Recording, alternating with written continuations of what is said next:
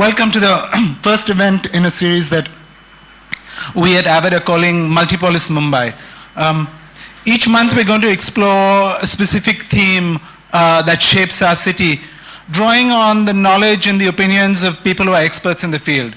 Today we kick off with a discussion titled Architecture in Our City. We couldn't have chosen a better venue to contemplate Bombay's architecture than this vantage point here at Studio X.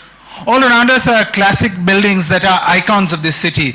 And if you were to pull up those windows or wander back there, you'd see some of them. Structures such as VT Station and the GPO and the BMC headquarters. These are exuberant expressions of the material, climatic, and cultural specificities of Bombay.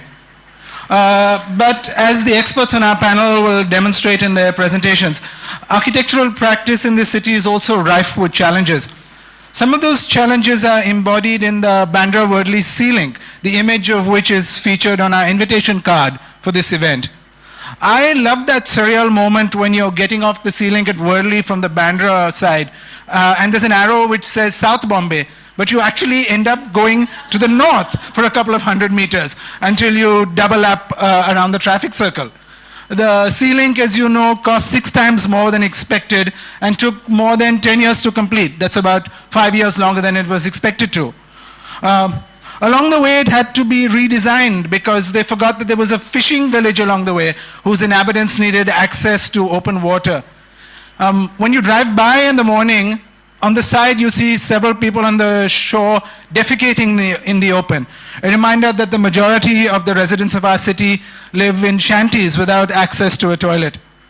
Besides, building this bridge for cars meant theoretically drawing away resources from public transport in a city in which 88% of commuting proceeds in over-congested trains and buses. The C-Link is a good example of how design cannot exist in a vacuum and ignores socio-economic realities. So without further ado, let's meet the panel.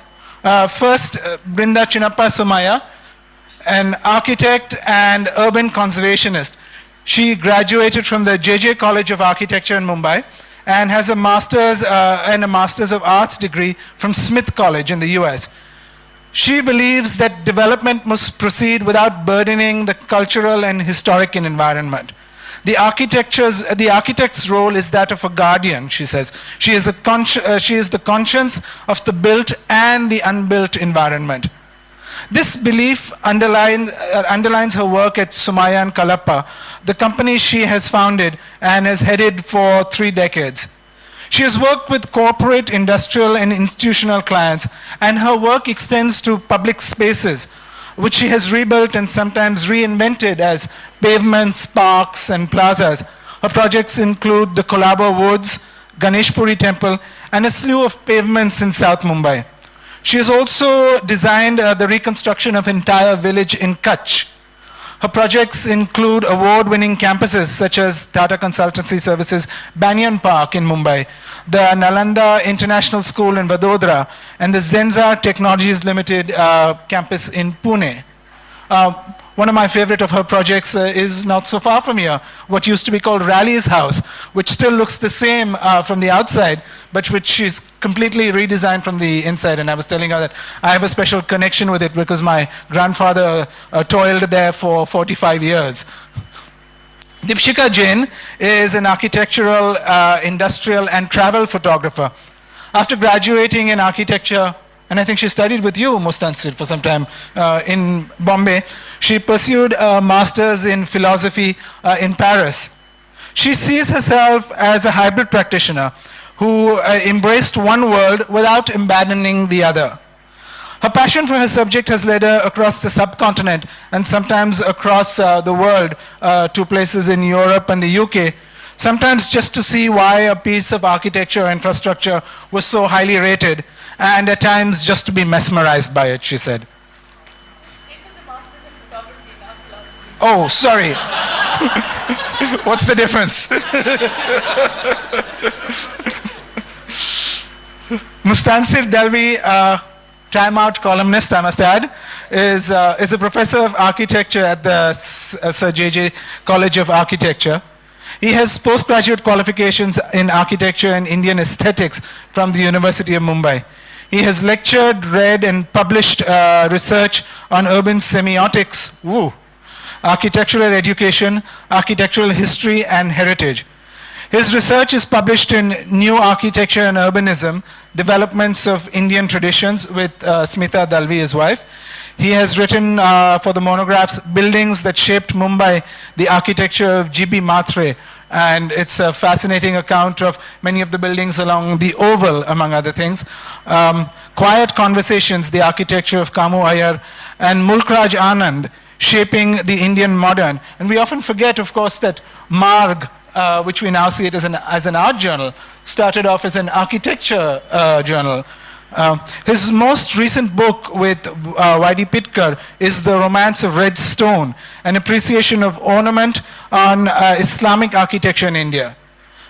He is also published in several architectural journals. In addition to writing a column for Time Out, he also writes a column for First Post. In his writings and talks, Mustansir Dalvi critically observes Mumbai's urbanity and charts the semiotics of its contradictions. He is particularly interested in the development of Bombay's architecture during its emergence as a vibrant metropolis. So, without further ado, let's listen to your presentation, please.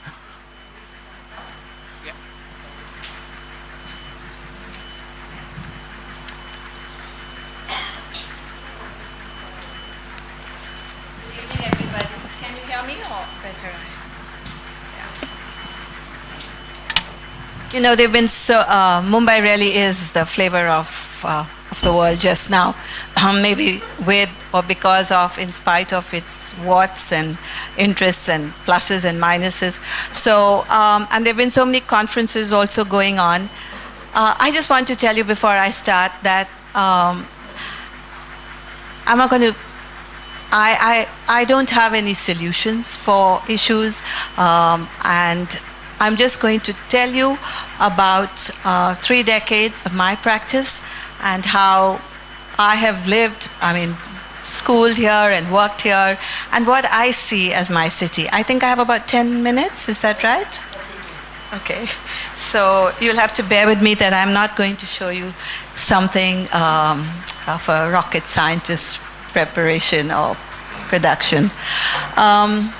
Continuity and change is something that I've always believed in because I have lived in Mumbai for almost half a century, which tells you it's a very, very long time, and my practice is over 3 decades.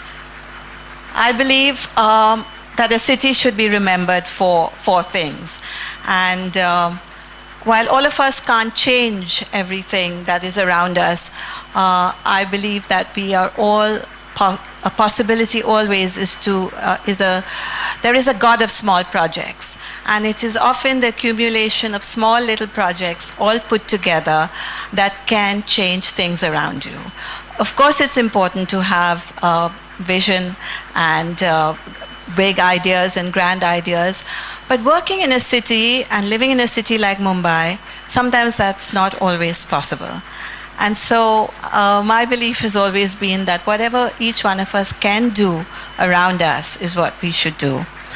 I believe that, of course, adequate infrastructure is something we need, but there are 3 other things that I think are very important for any city, and particularly my city, which is, I'm sure, most of yours as well today.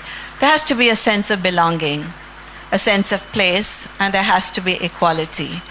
We know the huge changes that are happening in our city. We don't want to end up in taking the last point first, where we have tall high-rises with compound walls around sort of the rich ghettos, and outside we have everybody else living. And to me, that is what is happening in many parts of the city. It is very disturbing, because we have always been proud of belonging to a city where all economic levels and all cultural and social levels lived and worked together, which is what Jane Jacobs said in her own way. And when I went to South Africa many years ago, when I went to South Africa many years ago, I remember seeing one part of the city which was, of course, exclusively white. And then you had the colored section, which was the mix, which was sort of like the United States used to be in the 50s and 60s. And then you had the slums, which were just like our poorest urban slums, not the improved slums that we see today. And I thought to myself, you know, that's a great pity, because you don't even know, you lose sensitivity to what's around you. And to me, that equality is something which is disturbing, that it is going away from Mumbai, and that has to be looked at. A sense of place. Of course, a sense of place is very important for me as an architect. I do a lot of new work as well, and contemporary work, which is really how we can survive. But restoration and conserving ordinary buildings as well as special buildings is very important. We shouldn't just look after the very important buildings, which anyway are looked after much better.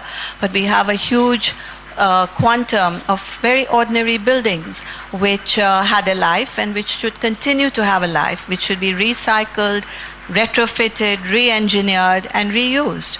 It's most important that that continues to happen. A sense of belonging in a city like ours, where we have huge migration, how do you create that sense of belonging? We have a population that moves. We have a tilted population with a lot more men than women because of the social fabric of our country itself. And we have a very disparate, both in terms of economic, cultural, and social level, people who belong to the city. How do we create a sense of belonging to everybody who lives in the city? Well, in many ways this is happening, and today I'm sure you have many things ahead of you where all these issues will be discussed. But as an architect, these are also very, very important points. And then, of course, finally, adequate infrastructure, which I'm not going to go into now. We know, as Jane Jacobs said, what do you need for a city to survive? And Bombay had all these things in the 60s when I grew up. We had good pavements to walk on. There were a lot of public spaces for the number of people who lived there, which must have been 3 million, 4 million, as against almost 20 million today. We had old and new buildings, and there was a district diversity where you had commercial and residential together in the same areas. You didn't have Bandra Kurla complex where no one's allowed to stay, and Nariman Point where no one's allowed to stay, and then you have the residential areas separate. Neighborhood stores, of course, and short legs of intersecting streets, which is very, very important, and which is why Navi Mumbai has its inherent weaknesses, as we all know.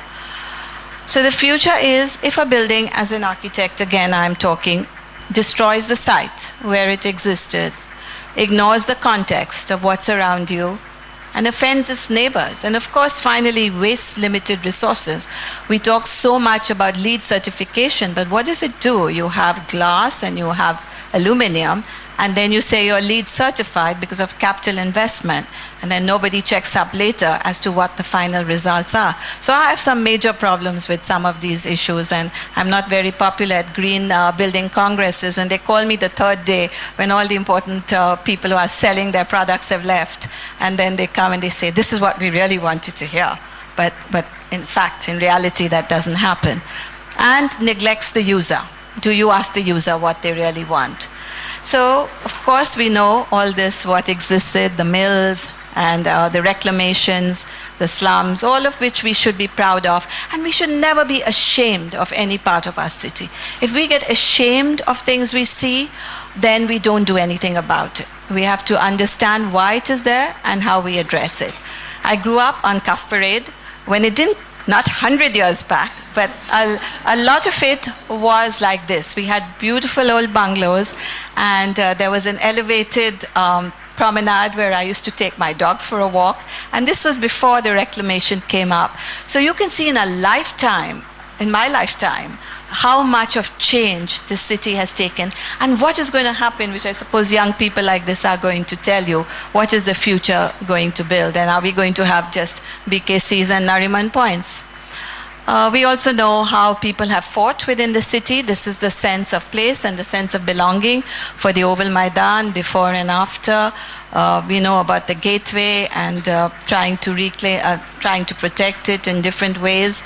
But this is also happening. And it's very difficult to prevent it when adequate support systems are not given to people who own the heritage buildings.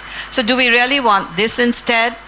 I don't think so. Sometimes I almost wish that knock the building down and build a good contemporary building its place, but don't do these sort of things that we see all over our city. So I've just chosen, before I end up, 5 minutes more? Yeah? Okay. Just a few projects, just 3 or 4 I've chosen, which my firm has done in South Mumbai, or the island city, which is essentially where I have grown up. The Colaba Woods, the 3 cathedral schools and their church, TCS House, and the Old Yacht Club. So Colaba Woods was actually a garbage dump. I used to live opposite it, and a group of us got together, supported by a corporate house, the Tatas, and we stopped the garbage. There was nothing else there, and we just planted trees. We used all the grey water from the buildings around for irrigation, and we got the government, the municipality, to give us lower rates for power and water. And the most important thing we did, I think, was we allowed this park to be used by everybody without any entrance fee. It was surrounded by slums on one side, very wealthy people on the other 3 sides. And what this did was a sense of ownership was created. You didn't have to pay that 2 rupee entrance, so anyone could come in. And it was the children of the slums really who have protected this park. It was the first one that was done on a PP, a public-private partnership, and led to many other parks being developed in the city of Mumbai over the last 30 years. This was when we, maybe about 4 or 5 years after we planted all the trees. Now it's used for sculpture courts, children play in it, and a small amphitheater. The 3 cathedral schools was a 7-year project. The challenge really was a lot of interventions had taken place. The buildings were in a bad condition, even though it was a good school. And everyone thought that the easiest thing often is to knock something down. And they were not all protected at that time, so we could have knocked one of them down. But what was done was the interventions which took place in the 70s with bad cement, the newer parts were in a bad condition. So we restored the older part, broke down all the new extensions which were built in the 70s, and rebuilt, expanded, upgraded, and brought it up for hopefully the next 50 years. So these are just some images of the 3 schools. That's the middle school, the senior school, and the junior school. These are all actually presentations by themselves because they're so huge. Then the board of governors came to me and they said the church was leaking and they wanted to know if I could repair the concrete roof. What we realized when we found an old postcard was it was never concrete, it was a pitched roof, and somewhere around 1930 it had been broken down. So I took that postcard, I went back to the board of governors. I thought, shot in the dark, they'll probably say no. I said, instead of repairing, can I rebuild the original roof? And they said yes. It's not leaked since then, so the upper corner is the concrete roof. It was a challenge to find out the angles, the sleepers, how to build up the new roof, but we did it. We also cleaned up the bell tower, all the spaces around the church as well as the interiors, and the pavement around the church, amongst other pavements which we've done. We bullied our clients that if you want us to do the work, you have to do the pavement around. And once the municipality actually came and asked us for money to permit us to do the pavement, of course I reported them, but anyway, it was done. This was interesting. It's the Old Yacht Club, which was actually the real yacht club. It was going to be demolished in the 50s when it was given to the Department of Atomic Energy. But why it's historic and important, it gave birth to the urban heritage conservation movement in the city of Mumbai, which anyone who's read Shyam Chainani's book will know. It had been cut in half, which you can see. That's the picture down. It had been cut in half, and the entire building was going to be broken down when there was an IS officer who was far-thinking, and she came to me and asked us if we would restore the building and complete the extension, which we got permission for. Unfortunately, because of security, it is not open to the public, but it should be, I feel personally, and it has some of the most beautiful spaces in any building of the city of Mumbai. It's completely, and these are the sort of rooms that are within this building that we have restored. This is the TCS house, which Naresh spoke about. Tata Consultancy Services bought it and wanted to make it into the international headquarters. I think they thought that maybe we would break it down because the entire inside had almost collapsed. But it was a beautiful building of Malad stone, and it was in such an important corner of the city in the historic 4th precinct also. So what we did was, it's a long story, but we preserved, did not touch the perimeter of the building. We supported it. I had many a nightmare. We had a cyclone that year. I went one morning and I thought the whole building must have fallen down, but it didn't. So you can see from the smaller pictures that we broke down, deconstructed the entire building, supporting the outside, and then rebuilt it again from the basement up. So that shows what can be done. And we did this entire building, which is the international headquarters, in about, I think, 15 months for 22 crores of rupees, which is not an enormous sum for something to save and build something of this standard. So reconstructing, rebuilding is not necessarily more expensive as often people think. This is after restoration. Some of you may have seen it. We added a facade at the back. We changed the elevators. We brought in light. We did a lot of, we reconstructed the entire inside to make it the way it is. So looking into the future, the country is now a nation of young people. So how are cities going to change? The aspirations and dreams of young people are very, very different from the older people. So how do we look into the future? There are many things happening, but I have worked with Apostrophe, Professor Sidhu. We are working together on the Mumbai Esplanade project, where we want to create over 160 acres of contiguous landscaped area within the city. It's been going on almost a year now. Some of you may have read about it or come to our exhibition. I'm happy to tell you that it is moved through the 2 empowered committees, and now it is with the Mumbai Transformation Support Unit, MTSU, who have given it, have getting traffic studies concerned. So what we want to do is to finally tell the lakhs and lakhs of people who come out of Churchgate Station and VT Station that they have a right to exit from the station into plazas, and it's the cars that need to go through underpasses over the short east-west centers like is done in all parts of the world. It's very feasible. It's a very economical proposal, which may be why some people may not like to do it, because there won't be much money to be made. But we are fighting for it. You can see the plaza, the Eros building, as you see, and the getting rid of taking human beings and making us into squirrels and burrowing us underground, but respecting the lakhs of people who come out of the stations and letting them walk to their place of work in a proper and sensible manner. So where our next train stop is, the young people will have to take it further. Thank you.